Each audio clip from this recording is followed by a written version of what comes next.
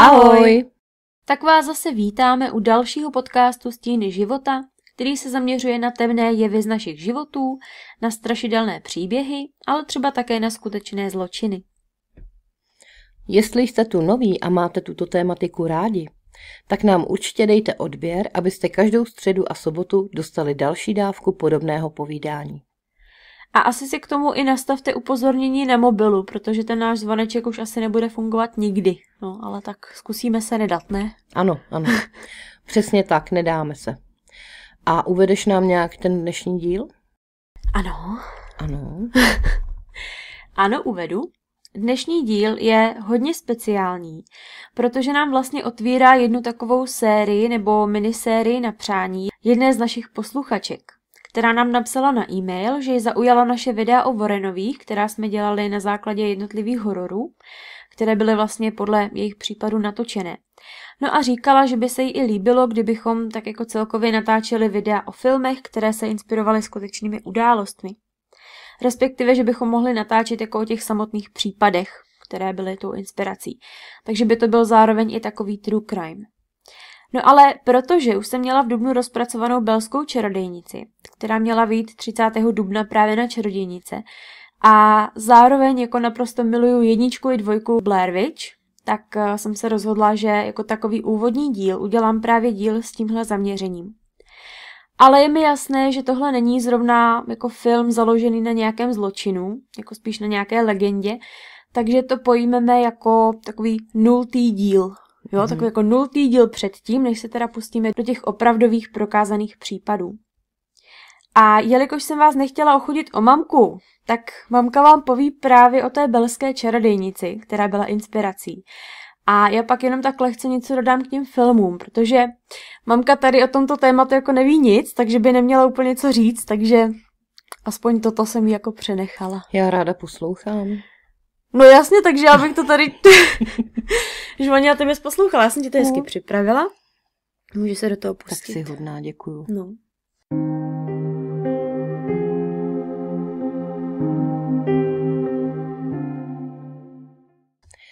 Psal se rok 1817 a na tennesseeské farmě, kterou už 13. rokem provozoval John Bell, a v její blízkosti začali členové rodiny Bellových vídat záhadná zvířata, jejichž podobu si nikdo z nich nedovedl vysvětlit.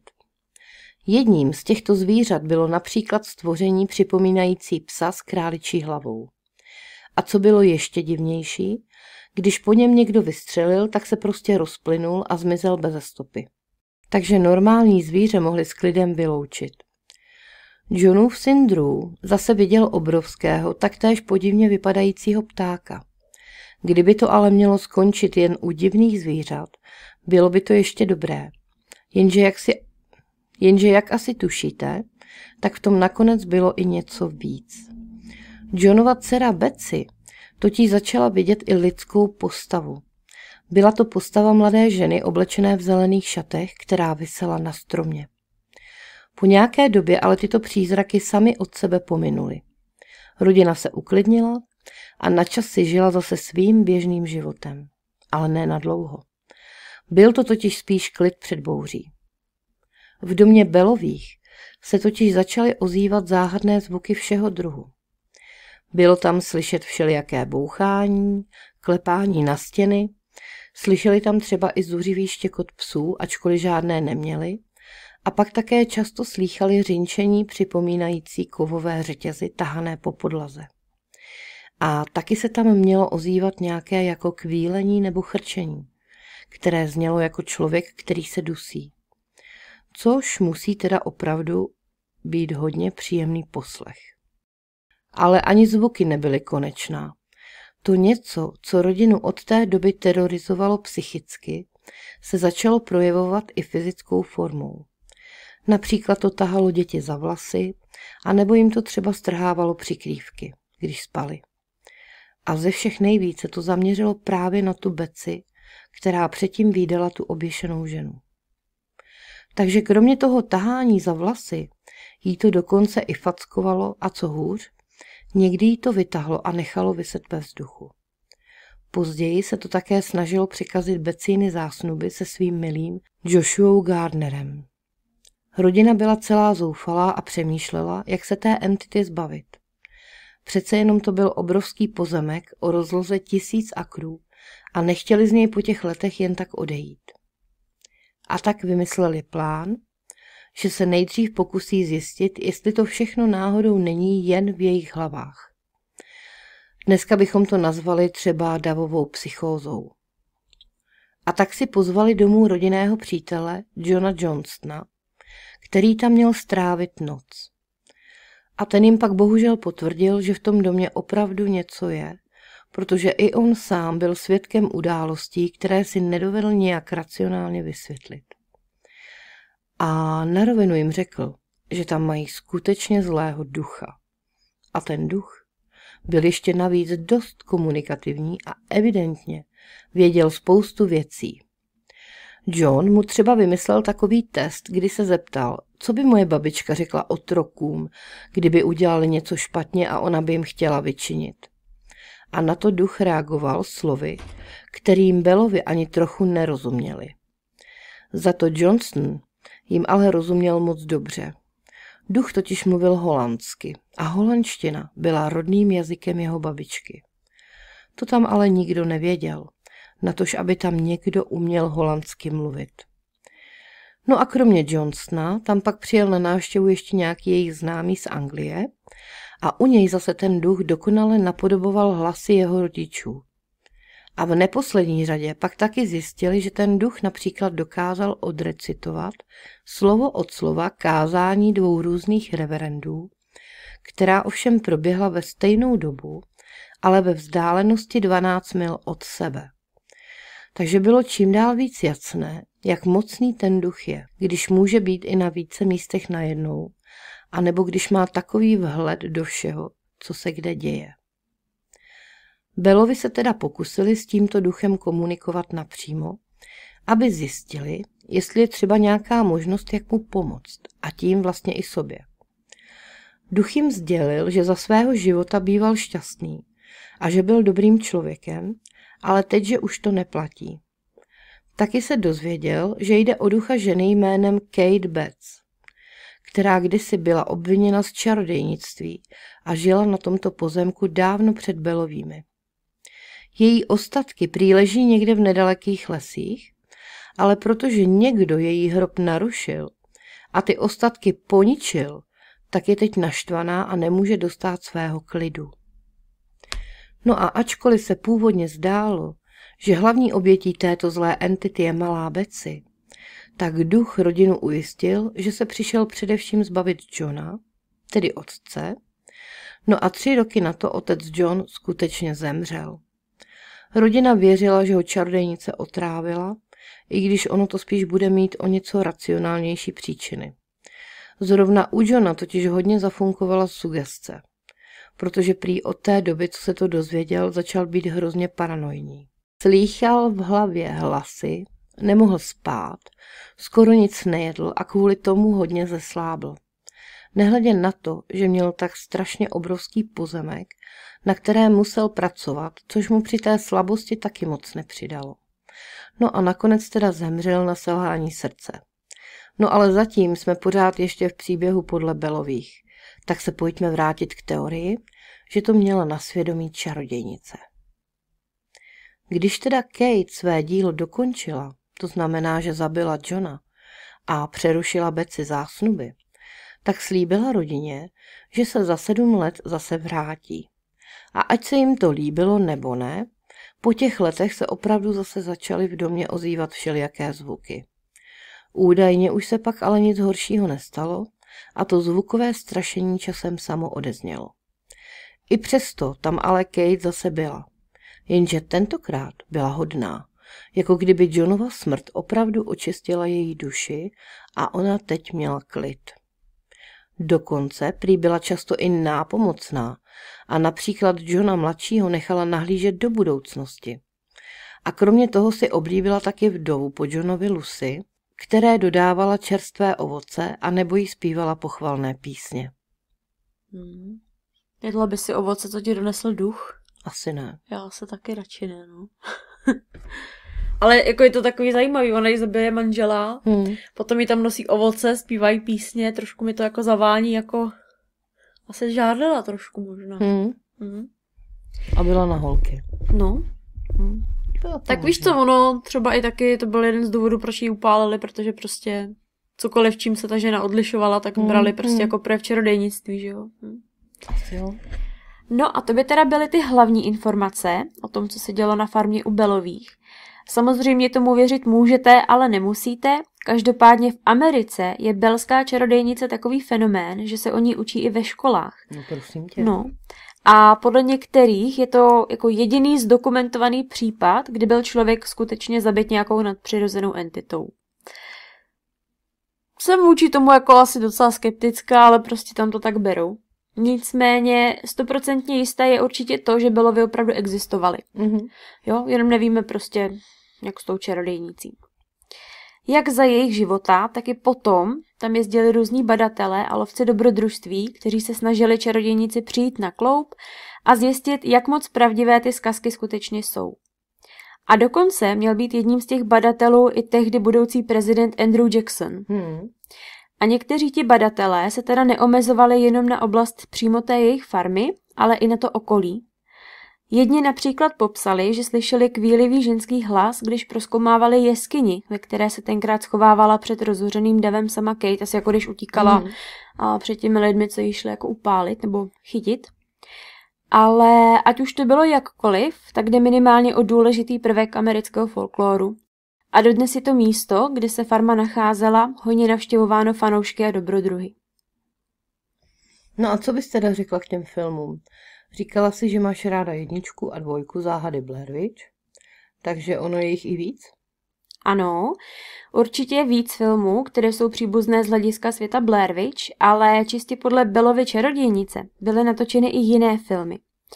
Jako například Americká kletba, která spatřila světlo světa v roce 2005 a byla natočena ve spolupráci USA, Velké Británie, Kanady a Rumunska. A to je zrovna film, který byl na rozdíl od záhady Blair Witch natočený opravdu přímo podle toho příběhu rodiny Bellových. Takže jestli chcete vidět přímo ten příběh jako té čarodějnice a té rodiny, tak Americká kletba je určitě ten pravý film pro vás. Já jsem si ho schválně pustila speciálně tady kvůli tomu videu. Trošku mě tam rušilo v tom, že tu Betsy, tu dceru toho Bella, hraje holka, která hrála v Petru Panovi Wendy. Takže když si ji pak máš jako zasadit do hororu, tak to není úplně jako to pravý. Ale tak jako dá se na to dívat. Akorát je ještě problém ten, že ten příběh o tom, co se té rodině dělo, tak má víc variant. Takže to, co já jsem třeba vyčetla, tak bylo maličko odlišné od toho, o čem je ten film, ale jako ten základ je prostě jako stejný víceméně. Potom v roce 2013 vyšel také film Kletba Bellovy čarodějnice, ale ten jsem nikdy nenašla, což mě teda docela mrzí. Tak nemůžu úplně říct, jestli za něco stojí nebo ne. Ale podle popisu by to taky mělo být jako přímo o té stejné čarodějnici, akorát, že to je jako zasazené do moderní doby. Že si jako vybrala ke strašení nějakou rodinu v současnosti. Takže jestli jste to třeba někdo viděli, tak nám můžete napsat, jaký ten film je. Když se pak třeba někde objeví, tak ať víme, jestli stojí za to si ho pustit. No a konečně se dostáváme k filmům Blair Witch. Ty jsi teda nic neviděla z toho. No. Takže 1, ta je samozřejmě úplně ikonická, vyšla už v roce 1999 a ve své době to byl úplně průkopnický počin, protože měli naprosto originální způsob, jakým ten film natáčeli. O tom si ještě řekneme něco víc za chvilku. Navíc to byl jeden z prvních hororů, který byl založený na takzvaném found footage, což by se dalo přeložit jako nalezený videozáznam. A to právě spočívá v tom, že celý ten film je divákům předkládaný ne jako film, ke kterému jako někdo napsal scénář a potom to podle něj natočil, ale je to založené na dojmu, že někdo našel skutečné videozáznamy těch dotyčných jako lidí, které potom jenom spojil v nějaký větší celek. Takže to má opravdu působit jako realita, jako něco, co se doopravdy stalo. No a tvůrci prvního dílu záhady Blair Witch na to šli z hlediska marketingu opravdu dobře. Protože tu found footage podpořili ještě tím, že postavy byly pojmenované stejně jako ti herci a navíc pak třeba rozvěšovali takové ty plakátky jako missing, jo? Že se jako ti herci jako reálně pohřešují. Takže ti lidi opravdu v mnoha případech věřili, že je to celé skutečné. No a co se týče toho natáčení, tak ten film teda neměl žádný pevný scénář. Ti herci byli prostě vypuštěni do lesa, přičemž samozřejmě znali ten hlavní příběh o čarodějnici a prostě jenom improvizovali. A myslím, že v některých scénách, kdy byly třeba v noci ve stanu, takže ti členové štábu chodili i strašit, aby jako ty jejich reakce toho strachu, toho vyděšení jako byly autentičtější. Čili jim sice bylo jasné, že to jsou jako ti tvůrci, kdo je tam straší, ale nevěděli třeba, kdy to přijde. Jo, takže samozřejmě jako když jdeš třeba do nějakého strašidelného domu, tak víš, že to je jenom jako, ale prostě nečekáš, kdy zrovna na tebe bafnou, že? Takže v tom to jako taky bylo. A je fakt, že když se na ten film díváte, tak dokud tohle nevíte, tak by vás to třeba ani nenapadlo, jo? Že to bylo jako vedené tímhle způsobem. A hlavně teda pak ta scéna, kde ta Heather jako hystericky ječí, to možná znáš taky tu scénu, jak prostě takhle si svítí ze spoda do ksichtu tou baterkou, má tu nudli u nosu a něco tam blábolí. Naštěstí neznám. Neznáš, ježiš mami, aspoň tohle. Ne. A Luca na to taky dost často odkazuje. Jo. Mhm. A i když si o kvalitě toho filmu jako můžete myslet, co chcete, tak pravdou je, že se sice natáčel poměrně nízkorozpočtově, ale vydělal si na sebe mnohonásobně. Ten výdělek měl snad činit skoro 250 miliardy dolarů. Hustý. To je fakt jako bomba. A jen teda co se týče rozpočtu, tak tam úplně nevím, kolik to bylo, protože někde psali 25 000 dolarů. Představ si, že dáš 25 000 dolarů a natočíš film za 250 miliardy prostě. A jinde se psalo, že 60 000 dolarů, jinde zase uváděli 200 000 dolarů, což je dost velký rozdíl. Ale i kdyby to bylo těch 200 000, tak pořád jako ta výdělková část je mnohonásobně větší. Takže úplně hustý. No a přejdeme k záhadě Blair Witch 2, což už je takový jako trošku kontroverzní. Ta už byla teda natočená jako normální film a je strašně kritizovaná. Já se většinou jako nedívám na procenta, ale pro účely tohoto videa jsem se podívala, má to 31%, já bych tomu dala třeba 90%. Jako. Takže já se fakt nemůžu dívat. Má kolik? Ta má víc, to je tam v tom žebříčku těch oblíbených filmů. No, nevím přesně kolik. A jo, a taky bylo zajímavý, že Blair Witch 2 byla 666. nejméně oblíbený film. To je úplně ikonický, jako víš co, 666, takže... No, ale jak říkám, prostě já se z tohohle důvodu nedívám na procenta, protože já se zásadně neshodnu s těma lidma. A mně třeba se líbí ty postavy, líbí se mi celkově ten děj, jak se tam s nimi ta čarodějnice pohrává, protože já prostě miluji jako takovou tu tematiku třeba, jo, když se někdo pohrává s něčí psychikou a tak. Takže to tam právě je, takže proto se mi to jako líbí. No a taky se mi to líbí z toho hlediska, že se to jako nesnažilo vyloženě navazovat na děj prvního dílu, že by tam jako šli další lidi do toho lesa a tam by se jako ztratili, ale že oni tam o tom prvním filmu mluví, jako že opravdu ten film jako pro ně existoval, oni na to chodili do kina a takhle a v závislosti na tom, že jo, tak pak šli do toho lesa. No, takže tam je vlastně parta lidí, která tvoří ty hlavní postavy, jedou do toho místa, kde se natáčel ten původní film a taková ta asi nejhlavnější postava tak je ten jako Jeff, který je tam vlastně provází. Jo, že jako má hon na čarodějnice, že provází lidi po těch místech, kde se to natáčelo a podobně. Ale jinak jako nebudu říkat, co všechno se tam dělo, kdyby to náhodou někdo neznal a chtěl by se na to podívat. A každopádně pak teda přišel ještě film Blair Witch 20 let poté. A i když má asi celkově jako lepší hodnocení než 2, tak ten byl pro mě zase úplně mimo. Tam je to fakt líp hodnocený a zase já bych tomu dala třeba 10%. Jo, takže je to už takové jako modernější, takže mi to k tomu ani úplně nesedí. Je to film z roku 2016. No, dejte vědět, který z nich se vám třeba jako líbil víc. No. A tím teda ale vesmír Blair Witch rozhodně neutichá, protože loni se začal točit nový film Blair Witch. Zatím úplně nevím, jestli bude navazovat, nebo jestli to má být jako remake, protože ono, když si to zkusíte vygooglit, tak místo toho filmu jako takového vám tam spíš vědou články o tom, že herci z původního filmu se proti tomuhle novému filmu bouří. Samozřejmě jde zase o prachy, protože to studio, které na tom filmu pracuje, kdysi odkoupilo práva k tomu původnímu. A v tom novém právě používají i záběry z tohohle původního filmu, kde jsou ti 3 herci. A ti herci chtějí teď nějaké peníze za to, že tam používají ty jejich osoby. Tak jen doufám, že tyhle prkotiny nezabrání tomu, aby ten film vyšel, protože poslední dobou je to s hororama fakt jako bída. A v tomhle vidím novou naději. Protože prostě Blairskou čarodějnici mám moc ráda. Jinak ČSFD 70%. Jednička, no, což je jako hodně rozdíl, no. A já si úplně pamatuju, že když jsem to tenkrát viděla poprvé, mě bylo třeba tak 12. A já jsem si jako prostě zkoušela motat ty panenky z těch klacíků, jako já jsem tím byla úplně posedla prostě. To ani nevíš možná. No to nevím. No. Já jsem se učila kreslit ty runy, motala jsem si ty panenky prostě. Můžeš být ráda, jestli ze mě nestal nějaký okultista nebo něco. No. A kde jsi to viděla, prosím tě, ve 12 letech? To nevím, ale prostě jsem to viděla někde. Mě tenkrát Terka naučila stahovat z internetu z Uložta. To jsme plynule přišli od Hany Montany k tady těm věcem, jako. A už Terka ani asi ne, ale no. I takové věci se dějí. Žádný Jonas Brothers, jo. No tak já jsem to jela v obojí, jako. Já doteďka si pustím něco takového pro puberťáky a z toho pak nějaký horor nebo něco takového.